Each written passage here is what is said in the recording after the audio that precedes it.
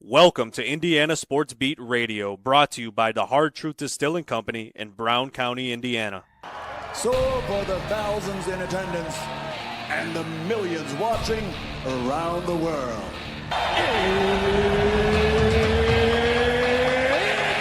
Time! Three on the way. Oh! It went in! It went in! And Indiana wins the ball game! Know your role and shut your mouth, you jabroni! Float game for the win! Ayler's gone. Goodbye. Touchdown, Indy. Woo! IU. America. They got a football team now. It's pretty simple. I win. Google me. You know that I'm the cream of the crop. Now, from the Hard Truth Studios, here's Jim Coyle. Hello, football fans, and welcome into the CFP Rankings Final Reveal Show. Coach Shannon Griffith joining me. I'm Jim Coyle. Appreciate you joining us here from the Hard Truth Distilling Company studios on this Sunday. A special edition as the first 12-team college football playoff final rankings are revealed today. Coach Griff, how's it going, man? Good. About 5 days into this knee replacement recovery, and sorry about Thursday. I was just not up to par, and you wouldn't wanted me anyway because I was completely out. It may have made it more fun. Who knows? Yeah, but we are going to have plenty of fun today as we were not disappointed with some chaos last night. As man, gee whiz, first it looked like that Oregon was going to do exactly what we thought they were going to do to Penn State, and then Penn State said, not so fast, my friend, and made a damn game of it. And SMU really started to look like they possibly didn't belong, and then they said, not so fast, my friend, and man, they put that game in peril for Clemson, and nearly SMU had the future of so many different teams in their hands at that moment, their own included, Clemson's, of course, Alabama's as well. So that was just something to watch. But to watch them come back was fun. To watch Penn State put up the offense that they put up was very unexpected. That's probably the highest output they've had this season. They were not known for putting up points. They sure gave up a ton of points, but happy Sunday to everybody. Appreciate those that are able to join us. We figured why not? Might as well do something fun today. Playoffs? You kidding me? Playoff? That's perfect. As a matter of fact, I don't know why I didn't think of that myself. That I should have been on top of that, but you know what? I wasn't. And how do I not kick it off with out? Playoffs? Don't talk about it. Playoffs? You kidding me? Playoffs? I just hope we can win a game. Yeah, a playoff game, baby. It's here and it's real. Crazy that we're talking about the playoffs. But and for all those people who said and thought, and I don't know what their thinking was, that this 12-team playoff was going to make it worse, make it bad. There has never been a better year of college football, period. And that has to do with a lot of the portal and all that. But this playoff, it still was chaos and awesome and fun. And even though there's probably some effect with the conference championship games, because you can usually tell that most of those teams are already in. If you're an SEC team and you're playing, you're in. There's probably no doubt. But we saw from the Big 12, they were playing for their life. Iowa State not going to make it in.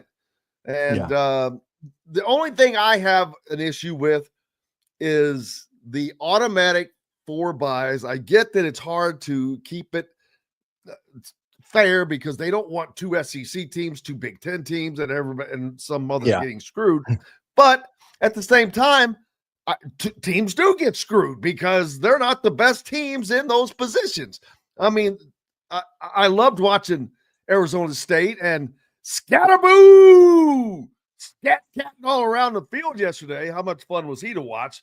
Scatterboo for Arizona State, but they're not the third best team. Boise State is not the third best team, but they're getting that seed. That's the only thing I have a little bit of a disagreement about. Yeah, and I think there's some debate on whether that is a quote unquote locked in seating for them.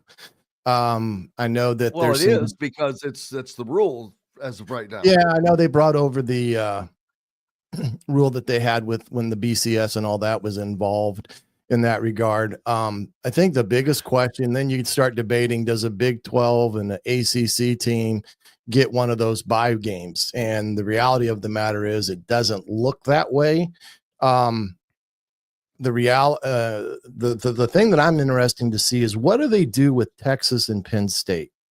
That's going to be the interesting aspect of this. I mean, to me, that's simple. Penn State they're going to be number 5, the first team that's outside of the auto buys. I will almost guarantee that because for one, they took it to Oregon as well as anybody has, other than Ohio State this year, and so they showed that, hey, we deserve to be here. You're not going to move them down below anyone. Well, the question I have is how do they treat Ohio State and Penn State? Because when you look at head to head, they both have the same number of wins and losses. The head to head puts it doesn't matter though, because once they reach the conference championships, you're a leg up on anybody else. Well, you're not going below, so they're not going to drop below Ohio State. Penn State they will be 5th. I will put money on that one right now that they're going to be the 5th team, but we'll see. It'll be interesting to see what they do with those teams and how they, what do they do with Georgia? Do they automatically catapult to being number 2 ranked team in the country? Yeah. Interesting. I don't think it's almost, it's a guarantee. I mean, they're not going to put them behind either Boise State or Arizona State. Oh, no. Well, then the top 4 seeds are set. They're set to be the highest ranked conference champions. Well, that's easily figured out. That's going to be Oregon. That's going to be Georgia. That's going to be Boise State, then Arizona State, I believe. I think. The debate I think becomes between Clemson. Oh, Clemson. Yeah, they weren't even in the top 12. So they're going to draw that 12th seed. Yeah, that'll be the interesting dynamic there. And I thought Arizona State's head coach, I can't think of his name right off the top of my head. They asked him a question. He says, we should be treated as every conference champion that's 11 or 12-1, with a one loss. That's not true. That's not true though. Well, I get that, but it's the same thing that, in some respects that Cignetti said in the CBS interview yesterday. Explained to me why Indiana is not seeded for a home game. Oh, that's a whole nother question that you could get into. Right. So that's the questions that I don't know if this committee did themselves any favors the way they ranked everybody prior to the conference finals. For instance, SMU should not have been in front of Indiana. That should not have happened based on all the matrix that were out there and everything to that degree. Now, we can all argue whether they should move. They should be a 6th ranked team or 7th, whatever that case may be. But I think his point, based upon matrix and everything that they say they're valuing and how a team performs, they lost to the number 2 ranked team in their house. And after that, they were the highest scoring offense in the country with the number 2 rated defense in the country to that point. So his argument's pretty valid in that regard. And I think the simple answer was it's because it says Indiana, not Michigan, or, whoever else brand name you want to put across their chest is. And I do think that still is very relevant in today's game. And that's the thing. We got to get away from thinking about this as being a playoff to see all the brand name teams play in, because that's what everybody's clamoring for. They want all the Alabamas. They want, the Ole Misses and Miamis and things of that nature. And they just want to say those by far are better than any team out there, irregardless of where you're from or what your record is. And that's what I think I think that's what people are fighting right now is, it becoming more of about a playoff versus teams with a name rather than the best 12 teams based upon the work. That's always been the case. I mean, that's what we were fighting when it was 4 teams. Everyone was sick and tired of seeing Clemson and Ohio State and Alabama in every year. And now they have Clemson and not Alabama, but Georgia. But here's a question for you. And I thought about this just when you were talking there. How do they perceive Georgia? Because they lose their starting quarterback Beck, who looks as if he may be done for the year. I mean, that looked more like a ligament issue. Their backup quarterback got hurt at the end of the game. Yeah. Beck had to come back in, and I was turned to someone. Yeah. I said, I can guarantee one thing: he will not be throwing the ball. Yeah, right, exactly. And he was on the sideline with an ice bag on his arm. I'm like, because he had his arm iced up. That's why his arm was hanging down to his side. But it'll be interesting because now you get into the debate. Well, if their best player, which is their quarterback, can't go, does that make does the Florida State equation creep back in and keeping them out of, a higher seed than what they are? I mean, they win it, so it doesn't matter because they're automatically get one of those 4. But that goes to your question about these bye games and awarding spots. When you're looking at it from a perspective as a whole barrel. And I do like the aspect of reseeding after the first round so that it doesn't look like the team that's the 5 seed has the easiest track to the quarterfinals. Yeah, Notre Dame is, you know what, you want to talk about riding the life of the name across your chest. Absolutely. That's Notre Dame. They've beaten no one this year. Army, Navy, I'm sorry, they don't count. Army, Navy's not that good. They were good amongst themselves, and I don't want to say they struggled, but USC gave them all they wanted, and USC was not a very good team this year. They lost a lot of games. Pick 6 turned that game. Notre Dame is the team that has snuck through. But they always do, and they always will. I don't understand. Indiana. Indiana was getting all the talk, and Notre Dame was in the background, just kind of creeping up the rankings because nobody wanted to talk about Notre Dame. Well, we're like a minute away from the college football playoff show beginning reveal. And speaking of Notre Dame, now after that loss by SMU to Clemson, that's the only game that I expected to move to impact anyone moving. And do you think Indiana moves ahead of SMU? Well, I think that it changes who they play. Yeah, I think that they will possibly now play Notre Dame. Yeah, that's looking very instead favorable. of going to Texas, which a lot of IU fans are going to love for a couple reasons. First of all, because of proximity, Notre Dame, you add in that to it. It was expensive as hell. Gritty was looking at flights, said, "Oh my God, it's an $800 flight." And I'm like, I looked it up. I'm like, you're right. So thank gosh for that as well. Tax write-off. Yeah, everybody says that. It does. I'm like, yeah, off my butt. It's still spent money, man. It's spent money. In the world of taxes, it's called mythical money. It doesn't have any hard value to it. Yeah, I agree. I mean, this has been a great year in all practical purposes from A to Z. And they're going live right now. It looks like. Beautiful. Well, they will, they're going to stretch it out for a second. So, yeah. I don't know if we're probably not allowed to bring it up, are we? As a shared. No, that's not, we're not allowed to do that, but that's okay. How about the Clemson kid last night hitting that 56-yard field goal in those conditions and still had probably 4 yards left on it? And what a way to lose that ball game. And the kid returned the kick he was their 3rd string returner that had the longest return of the year for Clemson. I mean, it was almost like a higher entity was playing the game. Yeah, Brad says hopefully they don't waste waste our time showing the top 25. If they do, that's just a real drag out on purpose there. I hope not either. But No, it looks like they're getting ready to reveal. Mark said he's guessing IU at Penn State. I don't think so, but we'll find out. I think Notre Dame. I think they're going to try to not have rematches, or I guess I do too, and I agree with that, especially if you can keep conference teams from not playing each other again.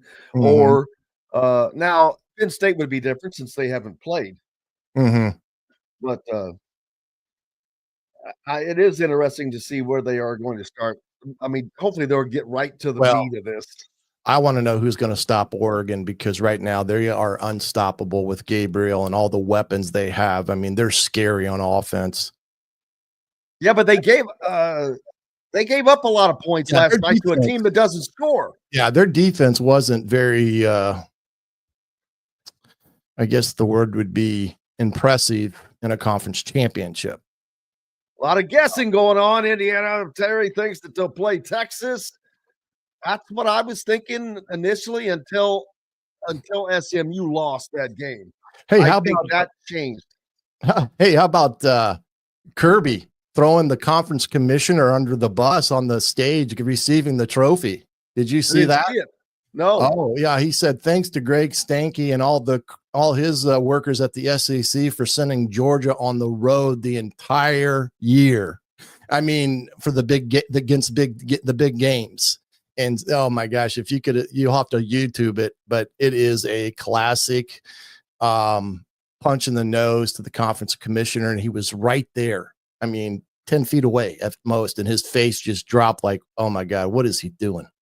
So I bet there was a conversation after that with Mr. Kirby and the conference commissioner. You're welcome. I'm glad to do it. I'm glad I thought of this. I'm like, man, you know what? This will be fun, because this will be something that we can do kind of live along the way, have discussion about it along the way, because everybody's got an opinion on where what else Indiana will be, where they should be, who should be where. What's going to happen after that SMU loss? It's going to be they're not, like you said, they're not getting kicked out. Alabama is going to be getting kicked out. Yeah, Alabama is out of the question. Upset Greg Sankey in the SEC because Absolutely. they are the SEC. Yeah. I also want you to know I did decide to come out of retirement. I will put in for Tino's job as the quarterback coach at Indiana. I told Sig I'd give me about 3 more weeks and I'm ready to go with this knee replacement. I bet you. I'm sure you're at the top of the candidates list, man. I told him. I told Brian. I said, "Hey, look, I can live with you. I mean, you're not married." Oh, that's right. I even forgot, Brian. Thank you for pointing that out. The Colts are off today. Yeah, they have an off week. Keeps our blood pressure down. Plenty to talk about on the college side of things. Barry Odom is going to be back in the Big Ten. Purdue hire, which is that been confirmed? From what I'm hearing and the people that I've talked to, that is a done deal. There's a mixed reaction to the hire because it's not a flash hire. Because he's not a big time name. He got fired at Missouri, but he did a heck of a job at UNLV with what they did. Now they got manhandled against Boise State again, and I do not want to downplay you are talking about it's Boise State. They're a pretty good team. They're a really good team. I don't think anybody Austin should. Genty, I got to really watch him. He delivers the blows. He looks for people, and I don't know who's better though. Cam Scatterboo, forget about trying to tackle this dude. Forget about trying to get low. You cannot get low enough for Cam Scatterboo. This dude gets to be this far off of the ground. I don't know how he gets his shoulders so far down, and he's under him. And buddy, I need to turn on my caps. He's something. He's something. I want to hear what Nikki's saying here. I'm just going to put on my captions, hopefully, and okay, they're on.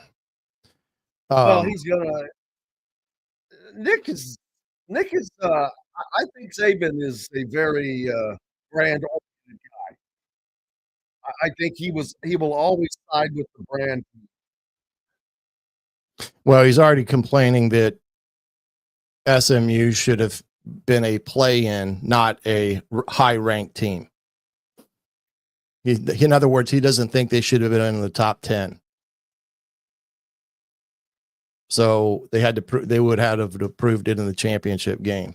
Geez, I'm disappointing in Nick's demeanor in this equation because, and again, I know it's ESPN and ESPN's contract with the SEC, and that's why Nick is there. But at the end of the day, come on, Nick, it's not about what Bama. Every team that has lost 2 or more games lost their chance to fight and bitch and moan because all you have to do to get into the college football playoffs is win. And if you don't win in the conference, regardless how tough it is, what your schedule says it is, or however you look at it, you can't lose 3 games and expect to get in the college football playoffs. I mean, it's not even a relevant discussion at that point, because then, like I said, it's more about, oh, we want the names in the college football playoffs. We don't want the teams. So I think he's talking out of both sides of his mouth at times. Well, you can say that about me and a lot of other people sometimes, because I will say this, because sometimes I'll say something and then my opinion will change or whatever the case is. And people don't always hear you say, well, you know what, I've reevaluated this, or I've changed my mind on that. I think this, but I think he's different. Take the case of Alabama. He's brand biased. He's Alabama. He's SEC. Yeah. True. He's at LSU before that. But it's not even a debate, because Alabama's 2 losses were on the road to 6-loss teams. So they didn't even lose to anybody that was good, out of the exception of, was it Georgia or was it Texas? I can't remember. But the 2 losses they had to Vanderbilt and Oklahoma, and I know Vandy was a pretty decent team, but Oklahoma wasn't, and they got throttled in Norman. And you can't sit there with a straight face and make a claim that Alabama should be in the college football playoffs. It's ludicrous. Well, don't say that 3 times, because ludicrous will show up. That's true. Like it's a State Farm commercial or something. Well, I'm not making up any. So right now, who do you think, from what you've seen, would you like to see Indiana play? They're traveling no matter what. Mm-hmm. They're going on the road, people, whether it's at Notre Dame, whether it is at Texas, whether it is at SMU. Who knows? Yeah. Yeah. And I agree that I think Notre Dame is a high probability. I think Texas is somewhere in the mid-range there. The one team I'm interested to see is how Tennessee all plays out in this too, because that's going to be another discussion, how they fall within the pecking order with all this. But again, I think you're right. Penn State showing last night, they did not lose any, in my opinion, favor to the committee based upon how they played and what they were able to do against the number 1 ranked team. If you want to know kind of who the hottest team in the country is playing right now, if you just look at teams playing the best in some respects, you got to say Arizona State, and then maybe South Carolina for that fact. But Arizona State, I mean, I think they've won, what is it, 9 in a row at some point. I'd have to look it up, but they may be playing the best of all the teams right now outside of Oregon. I don't know who's going to stop Oregon. Oregon's going to have to beat themselves. Oregon, I mean, they're just too good on offense with Gabriel and all the weapons they had out on the outside with the wide receivers, and their offensive line is very productive. And I would not want to face them just for the sake of I don't think you have anybody for them. And that includes, I think, Georgia or any of those schools will be in trouble against Oregon. Jerry's asking, so do we think that SMU is better than Bama? Well, I don't know the answer to that question for sure, but I can say that SMU has earned more of a right to be in this discussion than Alabama is. Alabama, I don't mind as much if they lost 3 games, but 2 of those games, even losing at Vanderbilt, I'm like, okay, Vanderbilt was pretty good this year. Diego Pavia was pretty good. But losing at the end of the season to Oklahoma, no, I'm sorry, that team does not belong in the college football playoffs. Alabama or Oklahoma was terrible, terrible, and they didn't even score a touchdown in that game, I believe, right? Yeah, they only had 3 points at Bama. I'm like, no, whoever thinks that's a playoff team, I'm going to disagree with. No, that's not a college football playoff team when you lose to that team that way at the end of the year. If that was the beginning of the year and they're getting over that, maybe. But that's just my opinion. So, Yeah, I agree with you in that regard. That's just my thoughts on that. Yeah, and I mean, if you look at everything from Alabama's perspective, they were 5-3 in the SEC, and 2 of the 3 losses were to Oklahoma and Vanderbilt. Now, those are bad losses any way you look at it because they were favored in both games and they lost those games. Where SMU, very similar to Indiana when you look at them from that dynamic, with the difference was that SMU was undefeated in the ACC without playing Miami or Clemson until last night. And I just don't, when you get a walk-off field goal like that, when it's going into OT, I almost want to say it's a tie game and you really can't draw any difference from it in some respects. Yeah, Clemson won, but SMU did not do any disservice to how they played because they did play bad. But I think one thing it showed about Clemson in that game last night, you saw how wishy-washy Clemson was all year. There were times where they looked like they are unbeatable, and there were times like they could not do anything right on either side of the ball. And that's what happened to them into the second half. I mean, they could not do anything, and the field position absolutely killed them. Now here they're comparing strength of schedule, which Alabama has over them. Key win. Yeah. So they're saying Alabama with the 9th SOR, 16th SOS, why ESPN is doing this, I have no idea. It does a disservice. Because commercials, baby. Commercial eyeballs. Yeah. Get those eyeballs in there. See, if they're going to go by just what's on paper, that's one thing, but you can't have your cake and eat it too. That's what these guys want to do all the time. They want to go about their record when it services their points of view. Then they want to change to the metrics when it serves their point of view. It's choose a lane. And if you're going to have subjectivity in the equation, then you got to use record. And why don't they put up worse losses? Yeah. That's what I want to see. Put up these losses. The other thing I'm sorry, agree. You cannot lose to Oklahoma at the end of the year as ugly as they did. They couldn't even score in that game, but that's a top 12 team? No, I'm sorry. I don't deserve it. I don't think they deserve it. I agree too. Argument can be made all day, every day for a lot of other teams. Yeah, we had the same argument when there were 4. Yeah, we had the same argument when there was 4. It's interesting too. The other thing I don't like is ranked teams. Okay. Once you get beyond probably 12 in the rankings, whether it's coaches poll or AP poll, it's a crapshoot whether a team should be ranked or not. I mean, you can go up and down the list and see how Louisville was felt at the beginning of the year and everything that goes from there. So this ranked team stuff, it doesn't serve a purpose other than somebody being able to say, we beat a ranked team. Okay. You beat the 25th team ranked in the country, and I lost to the number 2 ranked team. So figuratively speaking, I probably would have beat the team that was 25. I just don't get the rank stuff unless they're going to start assigning some type of value to where a team is ranked, right? Versus a value negative in that respect to a loss to a team that either is or isn't ranked, and use that as another avenue of matrix that may or may not help you clear the picture. But this whole thing with Alabama and SMU, I just think it's ridiculous.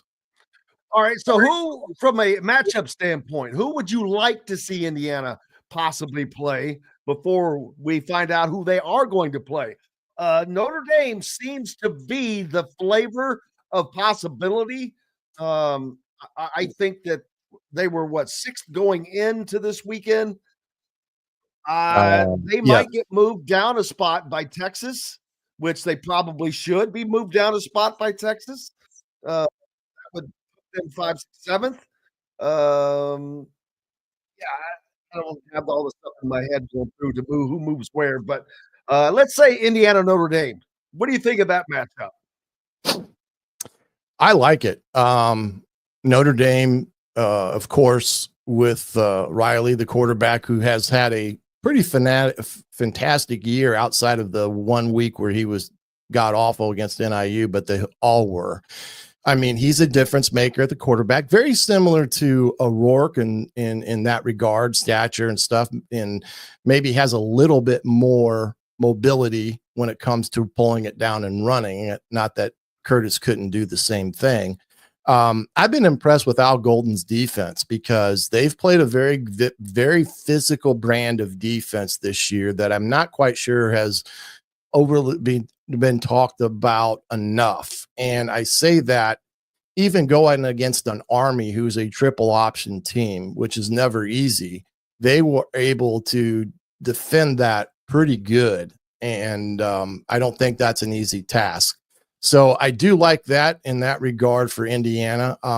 I do think that Indiana's defense matches up fairly well against Notre Dame's offense, because I'm not sure that Indiana hasn't seen a version of it at some point during the year. It's not like they're going to face a team like we've never seen this before. So I like that matchup. I like it better just from the standpoint it's regional and it's right in our backyard as opposed to sending Indiana to Texas or anywhere else. But I think with Texas, I think they've got a problem at quarterback because I think Quinn Ewers is hurt, and I'm not quite sure he's even close to 100% with that ankle.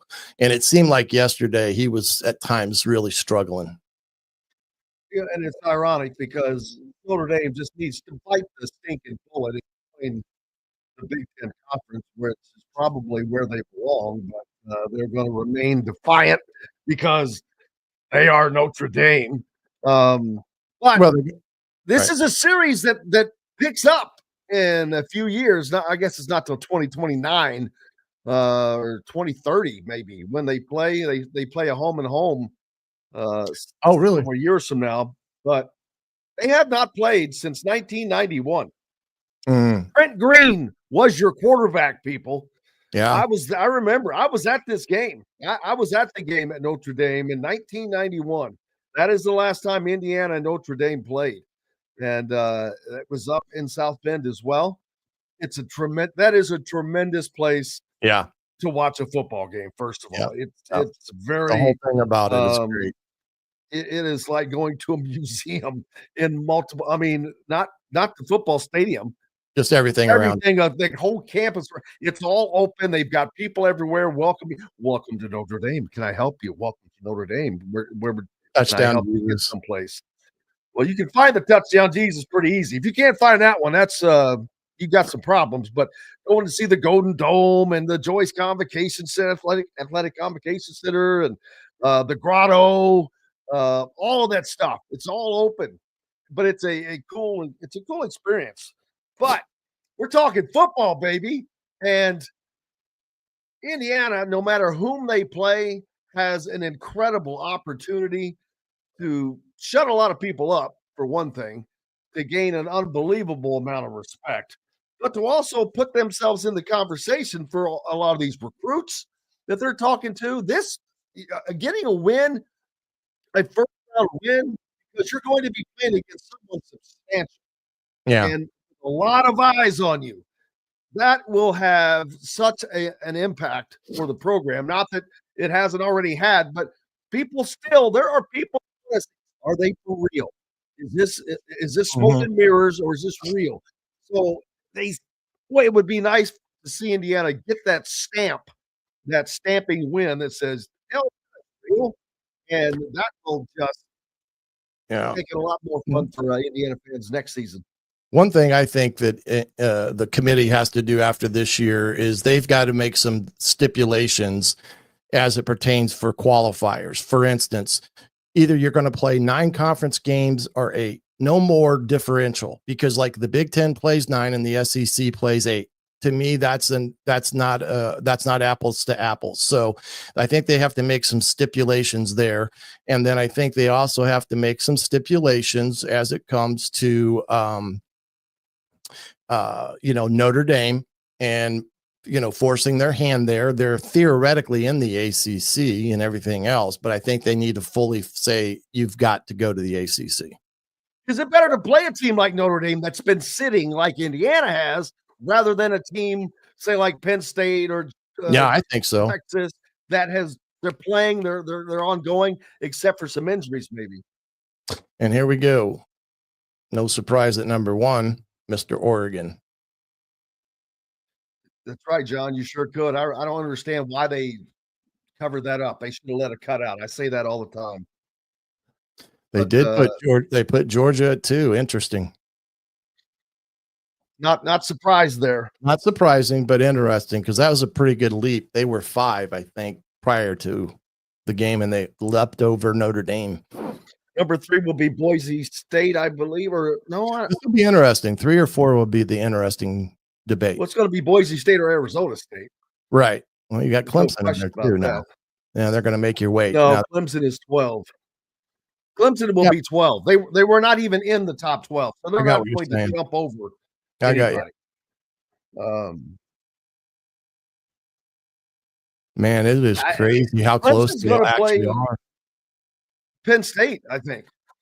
I think you'll end up with a Penn State Clemson matchup. That'll be a good one as well. But it's You're going to be lying there. Where did that go? Yeah, they are going to milk it.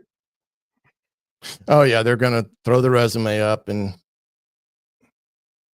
all that good stuff. Terry, I disagree. I think that they're going to move Texas in front of Notre Dame.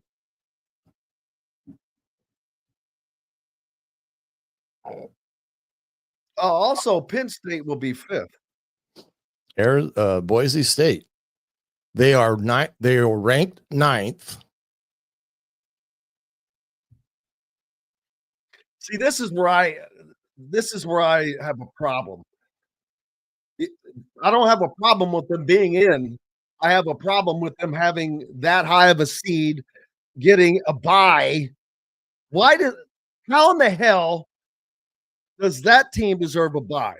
I'm sorry. I enjoy watching them, but they are not the 3rd best team. Well, they're at number 9 now, and that's where Indiana was on the rankings. So does Indiana now fall to 10 and make them an 11th seed?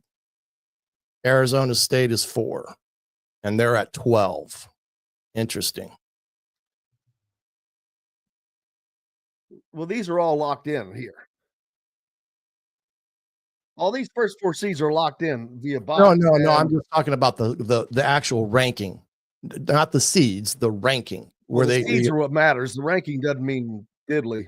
Yeah, but they're at 12, and Indiana was at 9. That Boise State moved up. Number 5, I'm pretty confident is going to be Penn State. You would think. The 5 seed, that is. Yes, right. Because I don't think you can drop them very much. They're not. I mean, they played too well. They actually showed. I was impressed. They're a capable team, more capable to play at that level than I thought.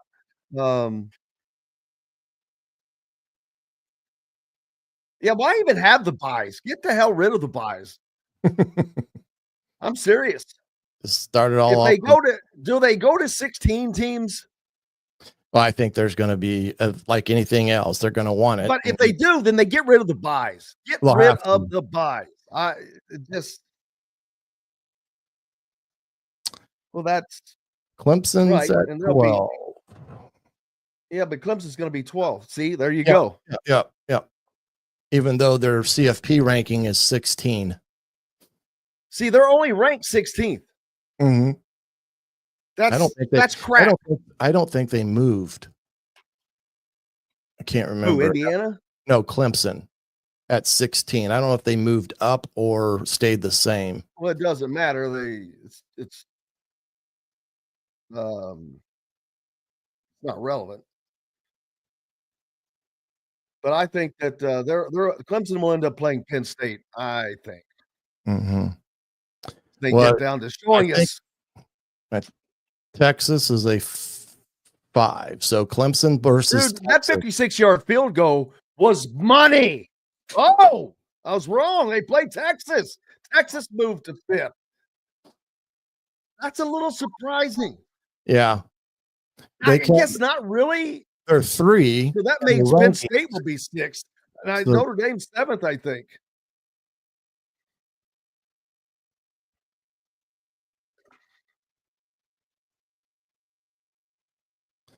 So Texas plays Clemson.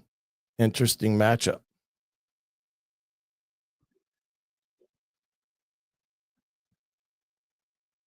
So the 6th has to be Penn State, then Notre Dame.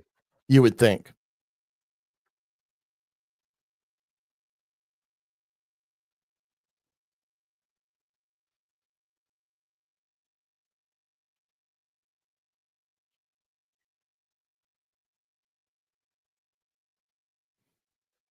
Interesting. Well, thanks for keeping the conversation rolling there. Penn State came in. Oh, yeah, I was. All right, there you go. As I suspected, Penn State will be number 6. Number 7 is going to be Notre Dame. And then number 8, Tennessee. Yeah, I don't know, because this is so interesting, because Boise State had a ranking of 9, and that's the ranking that Indiana held a week ago. Yeah. Does that mean they're you got to go at it backwards?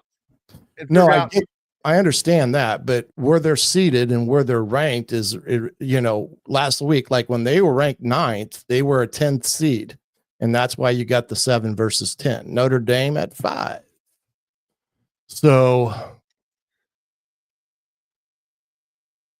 winner of that one will take on the Georgia Bulldogs. Notre Dame dressed in white. Notre Dame dressed in white. Can you imagine? Indiana falls into that slot. They could take on Notre Dame up in South Bend in that iconic stadium. And if they win there, go play between the hedges. Mm-hmm. I think Tennessee's going to be next. It's kind of, yeah. 8. I think it's Tennessee. It gives the SEC another home game. Or SMU, which I don't. What about Ohio State? Ohio State hasn't been on the board yet either. So it's got to be, I would imagine, Ohio State after Notre Dame. I don't know. Probably so. Yeah. There they are. They're the 8th seed. The Buckeyes. Mm-hmm. Now you have to. Indiana will not play Ohio State. Well, you got to figure the next one is going to be SMU. And that's who will play Ohio State. You got SMU, Tennessee, and Indiana. No, Tennessee. Left. Yeah. I think Tennessee is next. Right. You've still got those 3 left, and that's going to be the whole thing. So if you want it to be Notre Dame, then you're going to have to be rated college football ranking of 10, I'm assuming. Notre Dame got such a pass. They're hosting a home playoff game. I know. On the same field where they lost to Northern Illinois. Yeah, that one, again, they threw that away a long time ago. Tennessee at 7, but that's going to be a great one. Tennessee and Ohio State. That is going to be a great ball game. I mean, this whole thing is going to be fun. I think we want SMU in front of Boise State and them going to Penn State. Well, because right now it's 50-50. And if it's Indiana comes up next, they're going to Happy Valley. It'll be interesting. I mean, both of these matchups are intriguing for multiple reasons. Notre Dame, of course, the in-state rivalry. Penn State, the Tom Allen matchup. Yeah. I like SMU, Penn State, Indiana, Notre Dame, but we'll see. So If they Indiana, they just can't drop SMU. I mean, it's just they're not going to drop them out, but they're going to drop them. I'm talking about where Do they drop below Indiana or not? Yeah, that's the question. Because they were I don't know that they. I don't think they can. You can keep guessing, or I can wait for another 20 seconds and find out. Well, they came into the game against Clemson, ranked 8th, and they lost on a walk-off. Now, that would mean they would drop them 2 spots. They did. The Indiana come into 8, and Indiana at Notre Dame, people. There you go. The Indiana Hoosiers will head to South Bend to take on the Fighting Irish of Notre Dame. Keeping a game close, at least they don't have to travel too terribly far. Fans or the whatever tickets are allowed will be available. What do you think about it, people? What are your opinions on that? It looks like most people are excited about that matchup. They like it. Yeah, I think it's a great matchup for Indiana. I really do. This is going to be the debate of all debates, is going to be how they have it seated in if the committee throws SMU out of the conference, out of the CFP, then they devalue conference championships and saying it doesn't make a difference. They value you playing in a conference championship. And Alabama sat at home. So I just don't see that happening. I think it's SMU. But if they do that, you're going to hear a roar from Texas in a bad way. Now, they're really stretching this last one out for Alabama fans and SMU fans, but there's no way that SMU is not in that slot. I'll guarantee you.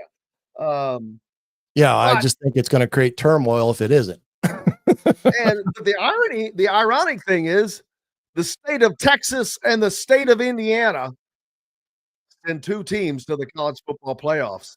Mm-hmm. What were the betting odds on that happening? Oh,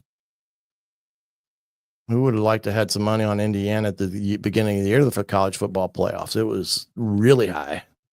Hey, while we've got everyone here, while we're hashing this out, there you go. Well, the committee stayed true. That's all I care about. They stayed true. If you made it to the conference championship, irregardless of who you played, you retained your spots in the thing. Now, what they did is they dropped them 2 spots because they moved Indiana and Boise ahead of them.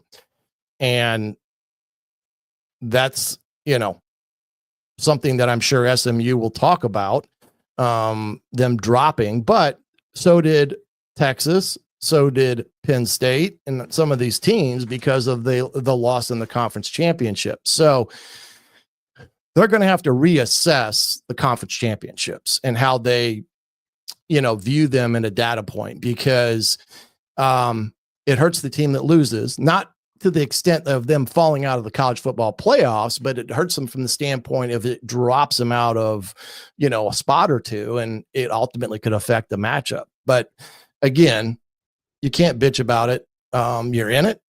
And it's like Dan Lanning said, if you don't want any controversy, just win. And those that have 2 or 3 losses have no sympathy.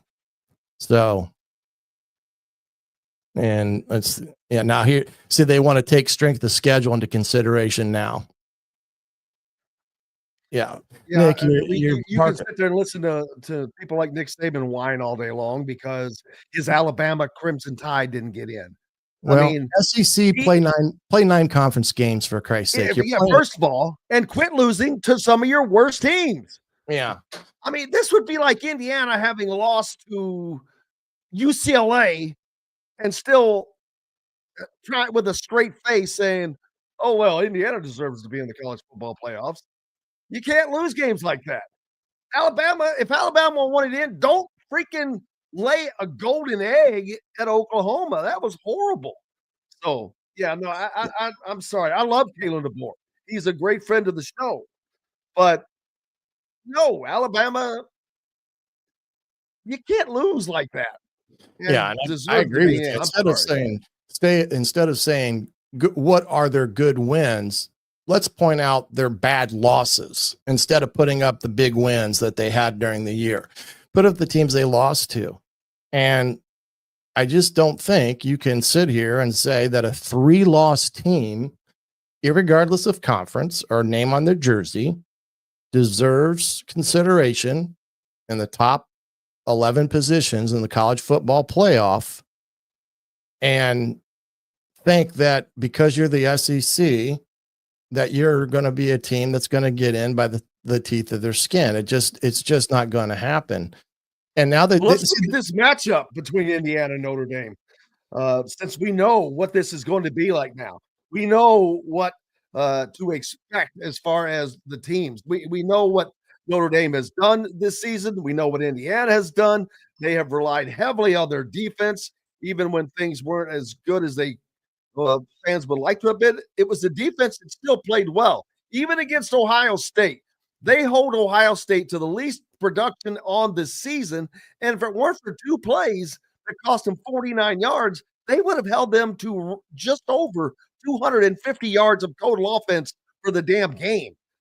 yeah. People beyond impressive. Indiana has a legit, straight up top 5 defense.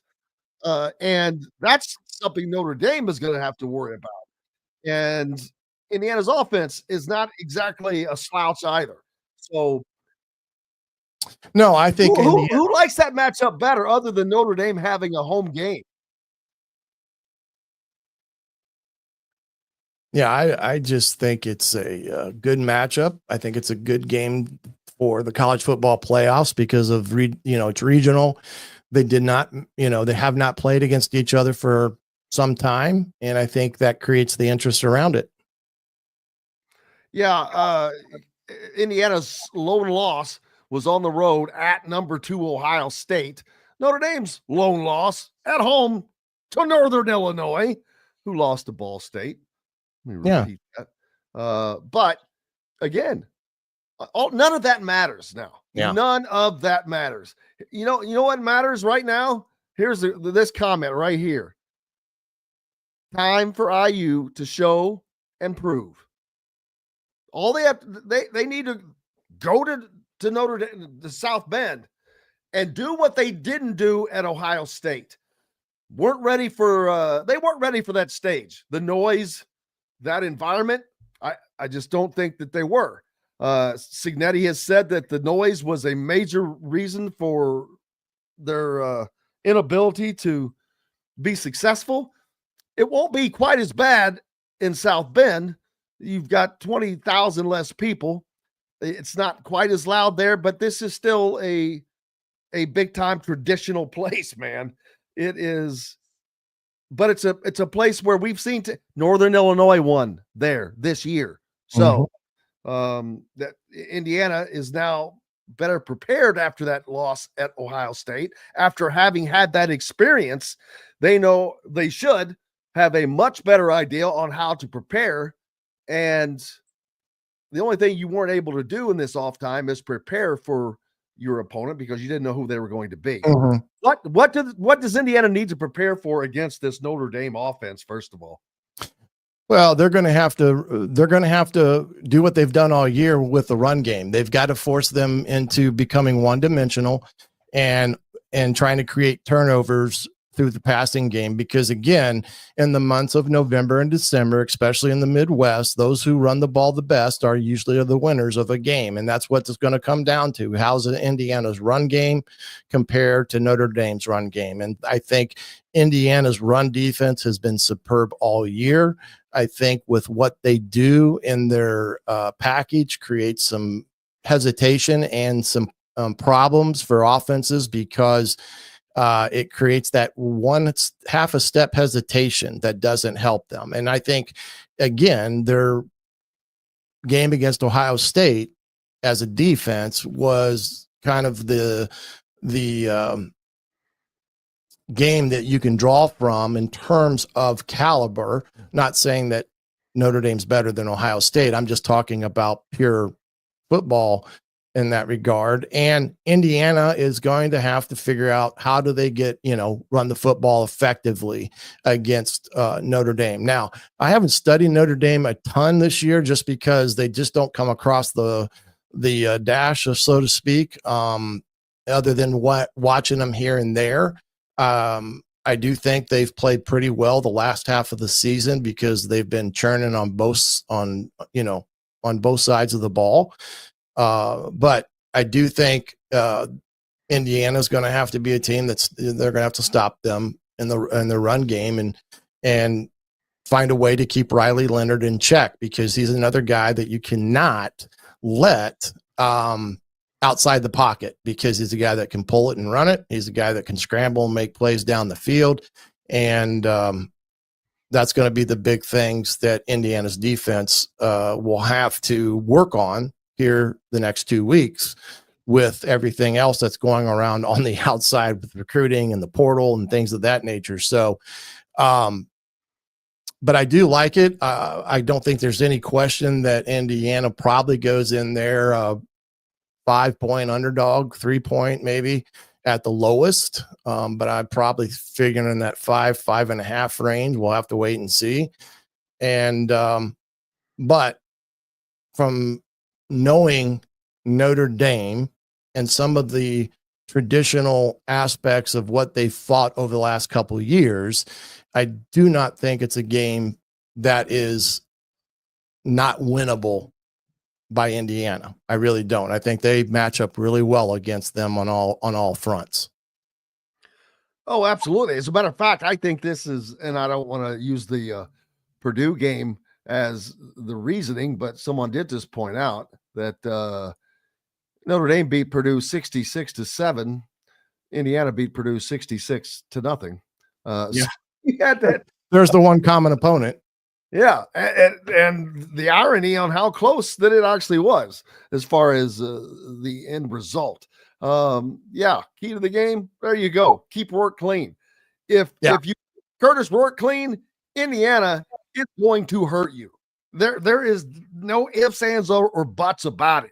If Indiana can protect Curtis Rourke, they will hurt you, because Curtis Rourke is a very calm, mature-minded individual. He's efficient. He has a lot of great weapons around him, and he knows how to use them. He's done it all season long. The one thing is when Indiana has not been able to keep that pocket open, and that's when they've had problems.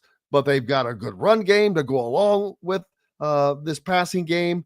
And defensively, you mentioned stopping Notre Dame's run game. They did a tremendous job against Ohio State, and that was they're stopping their running game.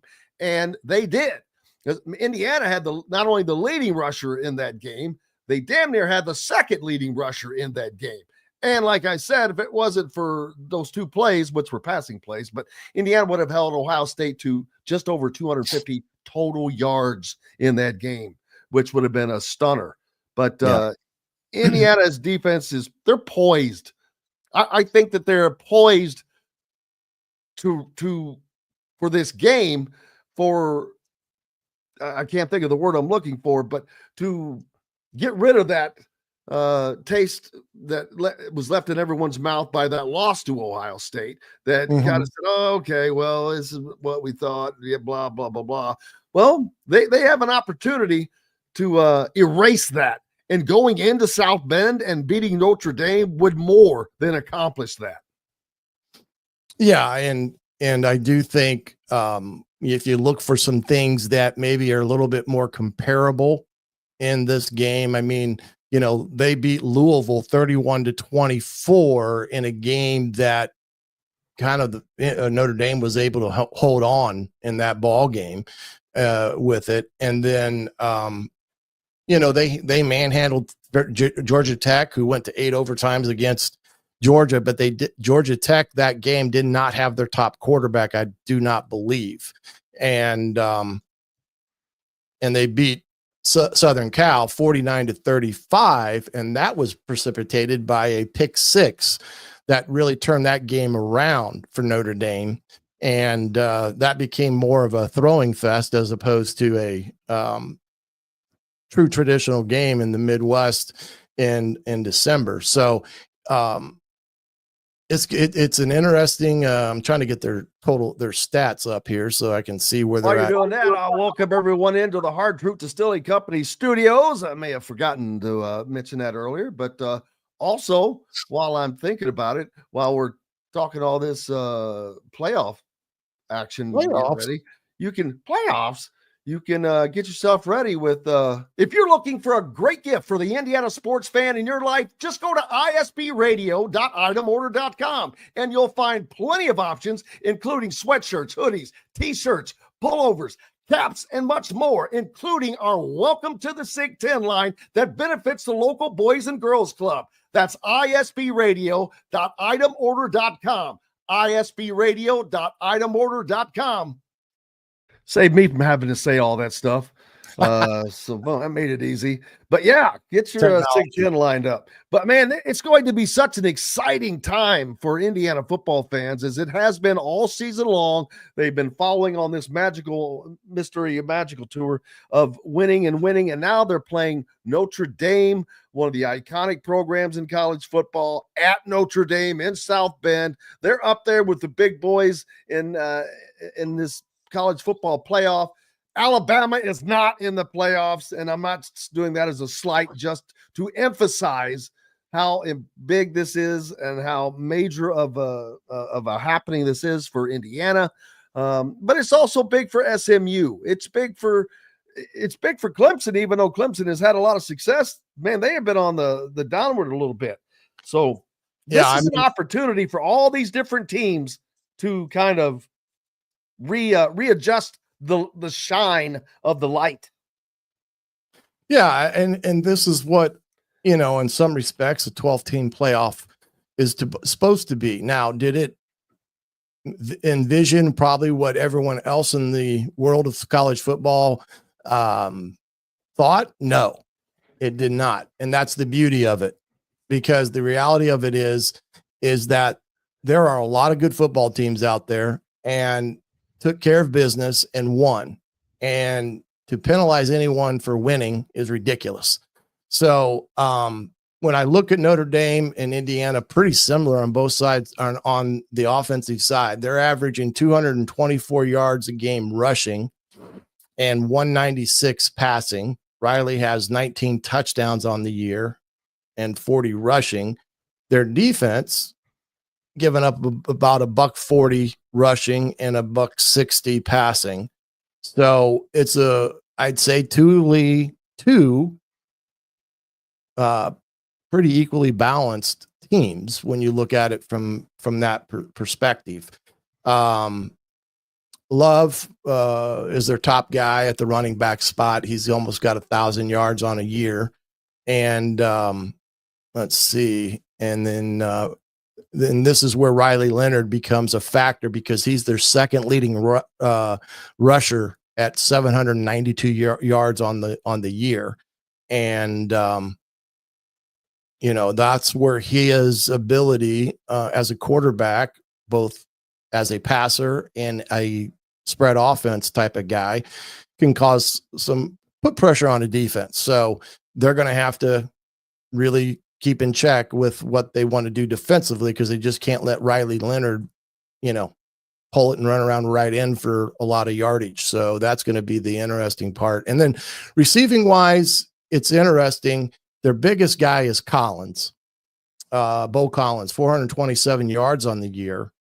And other than that, there's a bunch of guys right there in that, 200 yards here, 100 yards there. And they just don't really have a guy that's really a dominant force in terms of number of yards in that regard. So it's an interesting dynamic there with the number of receivers that they get involved. And speaking of which, so is Indiana going to play on the 20th on the Friday?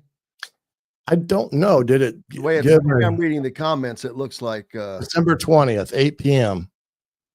So that Night is game, baby. Friday night in South Bend, and it'll be on ESPN ABC. ABC. That'll be nighttime matchup. That's an interesting deal because you would think that I would imagine Notre Dame would have preferred a Saturday game, as opposed to a Friday night game. What would you guess the opening point spread to be?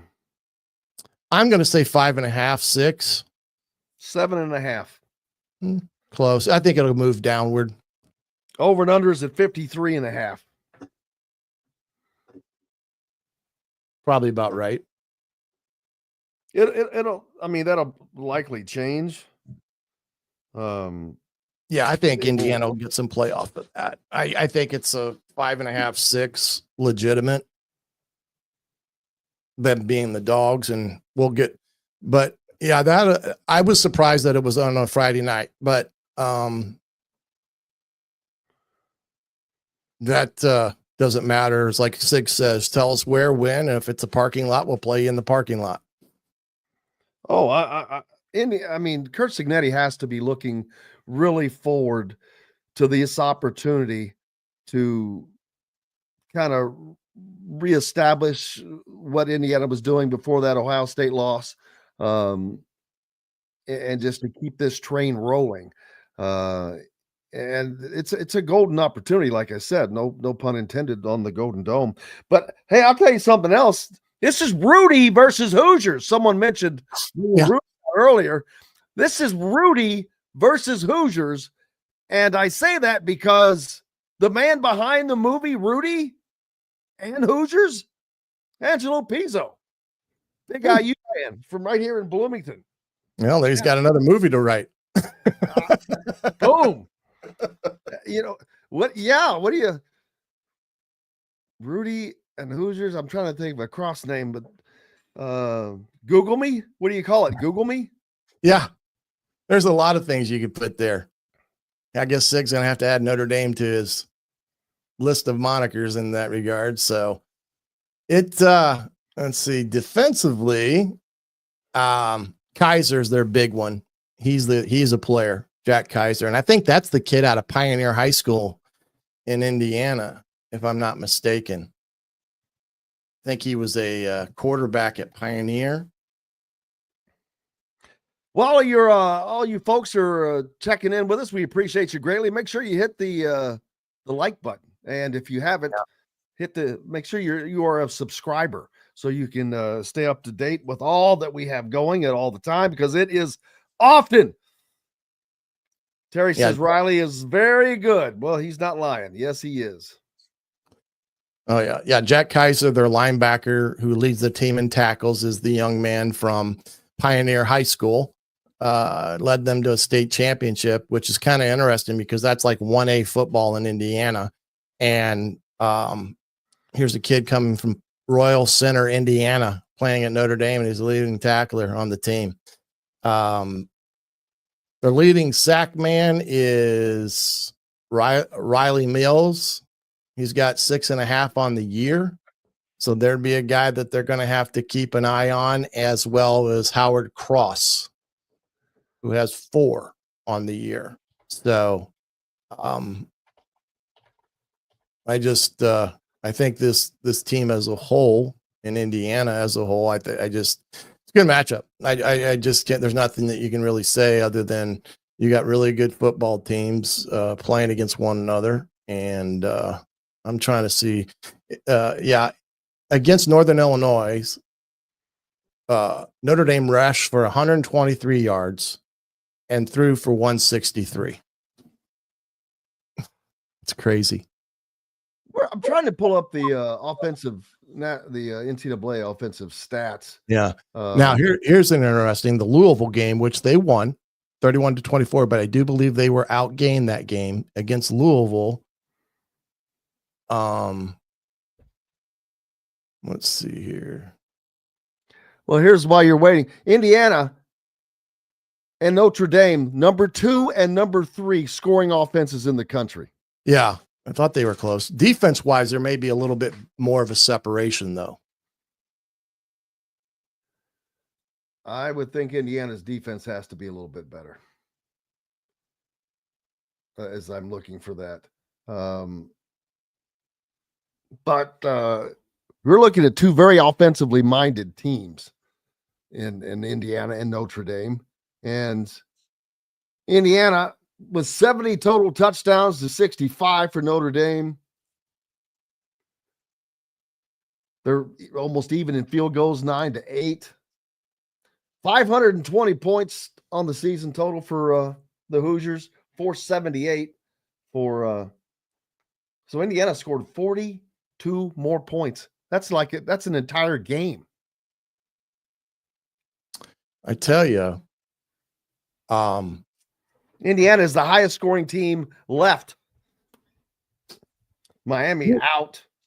Louisville held them to 117 yards rushing and 163 passing, which was their second, and lost the game. But that was the second. That was the best defense outside of the Northern Illinois game that they lost. So interesting deal there. And maybe Ryan says Notre Dame has the number 3 scoring defense. Yeah. Indiana's what, 1 or 2? No, Indiana's number 6. But that just shows you how this is a very evenly matched up matchup. I mean, this may be the most equal matchup in the playoffs, to be honest with you, between these teams. This could be a spectacular game. It's first of all where it's going to be played, but better get your tickets, peeps. I know that that's going to be a limited for it's going to be really, yeah. Notre Dame's gonna really squeeze that one. I don't know how much they're supposed to allow outside of. I think it's like 3,500, maybe, or outside of the families, right? Outside of the Indiana families, the kids, the sports staff, and stuff like that. Yeah, it'll be a hot ticket. It won't be cheap either. And that's another thing. If this is the playoffs, that limited ticket thing is a little aggravating to me. I do. I believe that too. Because they already have the advantage of playing at home. That's a pretty damn good advantage, right? Just by itself. So limiting the tickets only makes that worse. And I just don't, for a deal like this, it's, I know they don't want to pay the money to rent out a stadium, but can you imagine this game at Lucas Oil? Oh, wow. Yeah. And again, I think the home team has the right to move it to the nearest. And you can bet your ass Notre Dame is not moving it anywhere. Oh, no. And neither would have Indiana. They wouldn't. No, you're not going to move a home game. Absolutely. Yeah, there's been a. It's going to leave us plenty to talk about the entire week, as Terry says it should be 25% of the season ticket holders.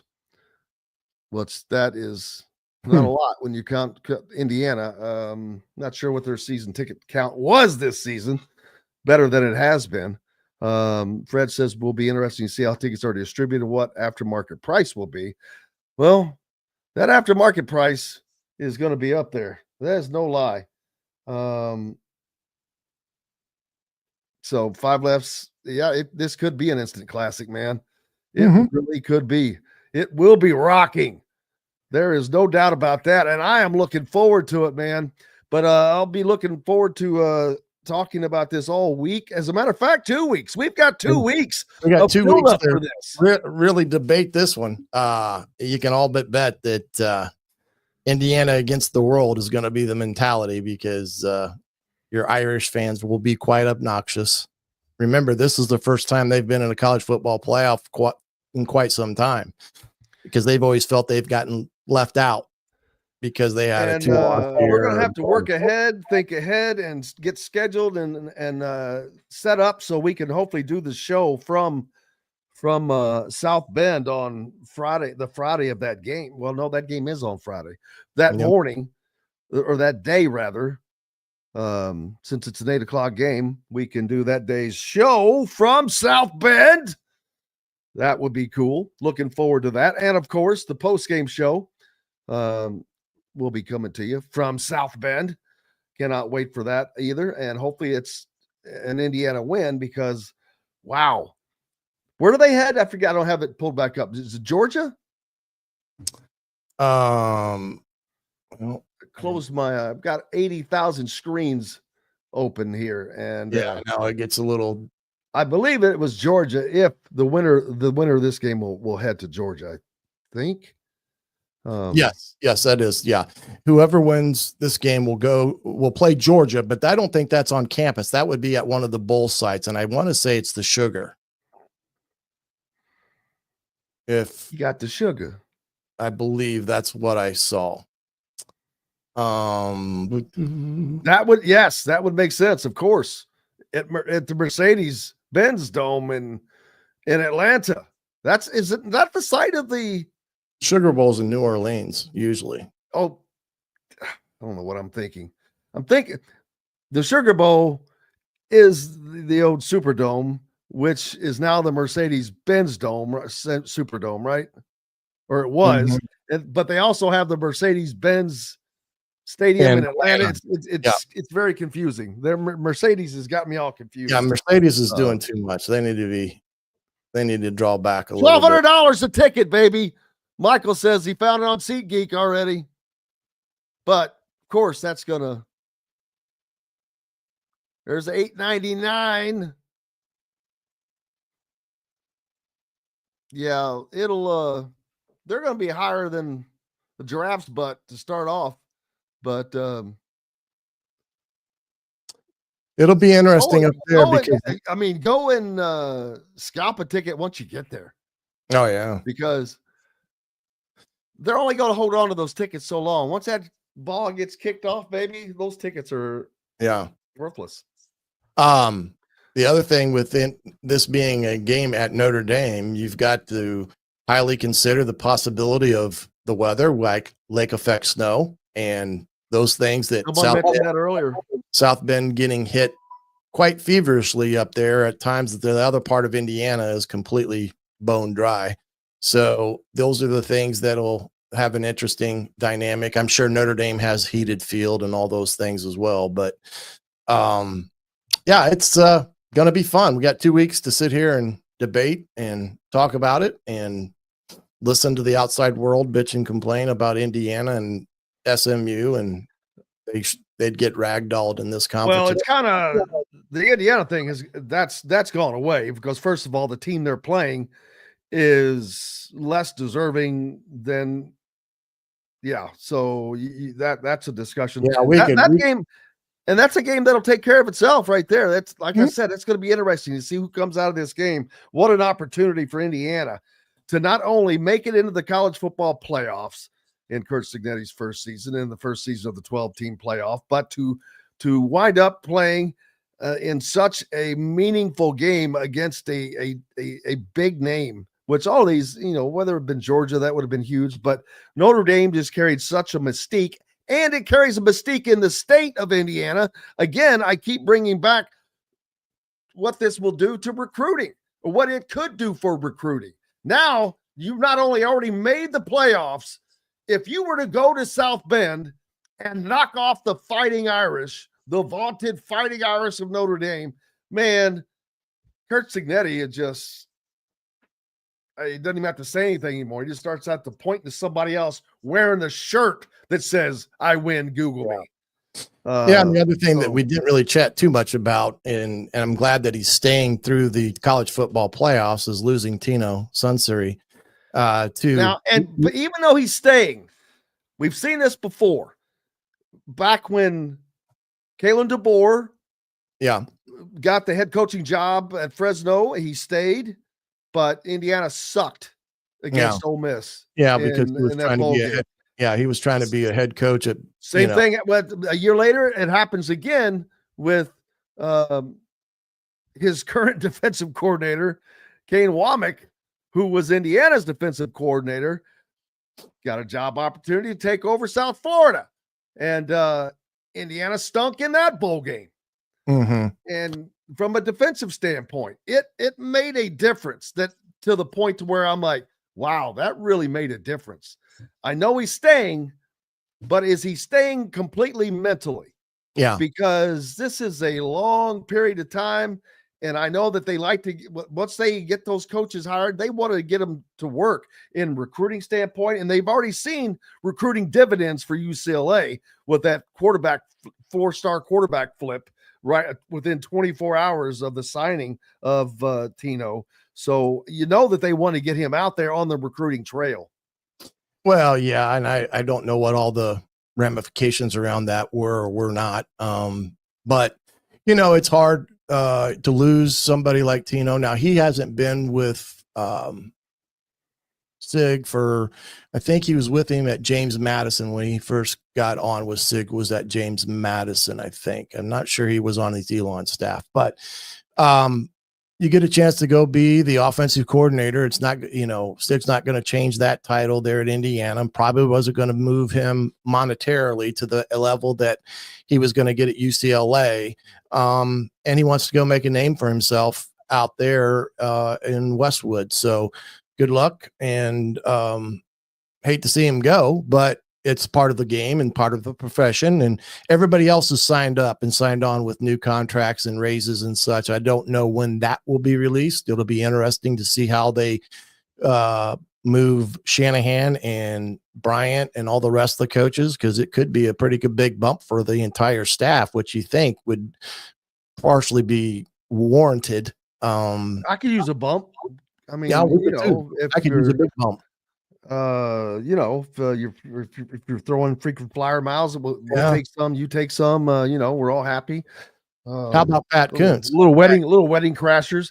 But and Brian points out a very important fact.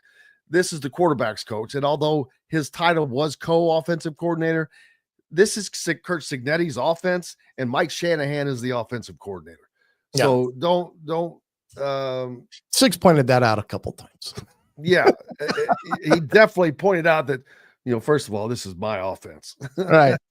I thought that was so that is a good point, that should not impact much in that regard.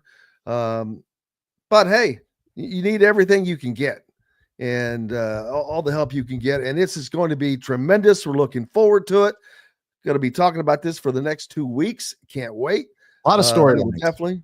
Oh my goodness.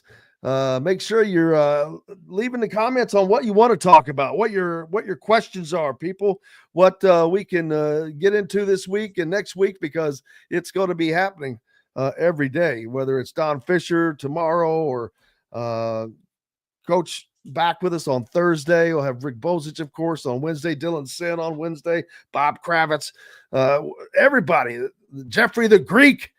We'll all be talking about this stuff, man. So it is going to be a fun run, and it's already been a fun run. It's been a great run for Indiana football fans, and this is not done.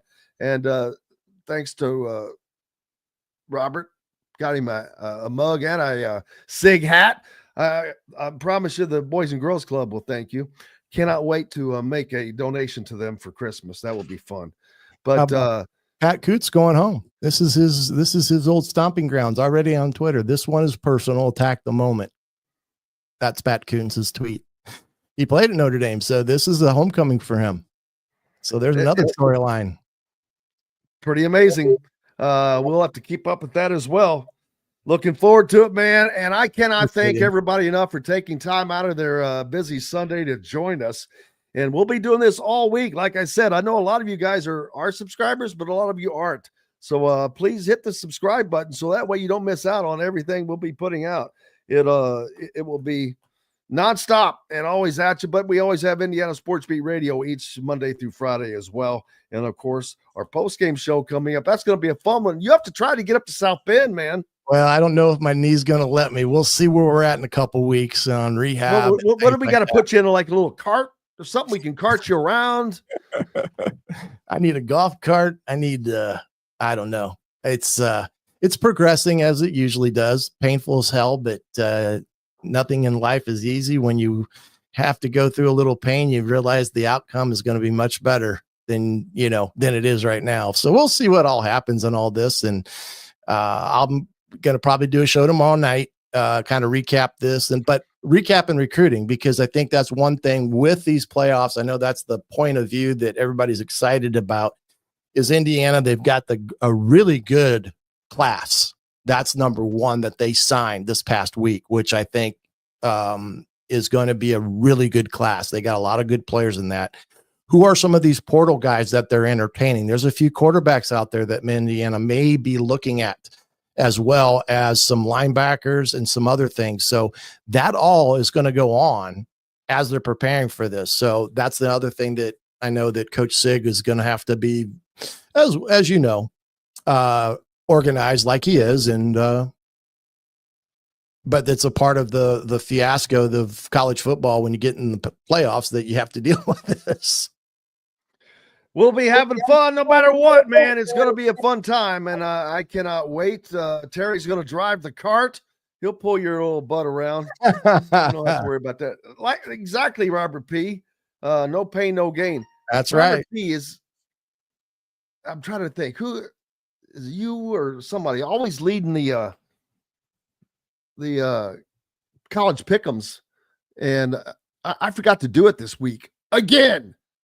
God, that's what makes me mad, but oh well. But we'll be back tomorrow to do this all again, man, with Indiana Sports Beat Radio. Of course, Don Fisher will be with us. We'll talk about Indiana's basketball fortunes here of late, as they played last Friday. They play tomorrow night in opening Big Ten play. So got that going for us. And, of course, Indiana football, as they have Notre Dame on the docket. Looking forward to it, man. Absolutely. Wait. Big thanks. No college pick'ems this week. It's over. Boy, Bowers killed it. All right, so we'll see about that. Justin, Terry says if we beat Notre Dame and Georgia, he gets to be a guest on the Natty pregame show. He's working hard, man. Love it. You know what? I don't have a problem with that, because that would be somewhere fun, and it would be a blast. Well, I hope you get Don off of that cloud he's on right now, because he's probably dancing on a few of them just from the standpoint of seeing Indiana football in the national playoffs. We'll certainly find out. We'll be back tomorrow to talk it all out, man. Big thanks to Coach Shannon Griffith. Most importantly, thanks to you guys. Without you, we have no reason to be here. And we'll be back tomorrow on Indiana Sports Beat Radio to do it all again. Until then, I'm Jim Coyle for Coach Griffith. I will see you on the radio. Thanks for listening to Indiana Sports Beat Radio. Be sure to subscribe to our YouTube page for more clips and team coverage of Indiana basketball, football, and more. You can also find full episodes and tons of other content on thehoosier.com. We'll see you next time for another edition of Indiana Sports Beat Radio.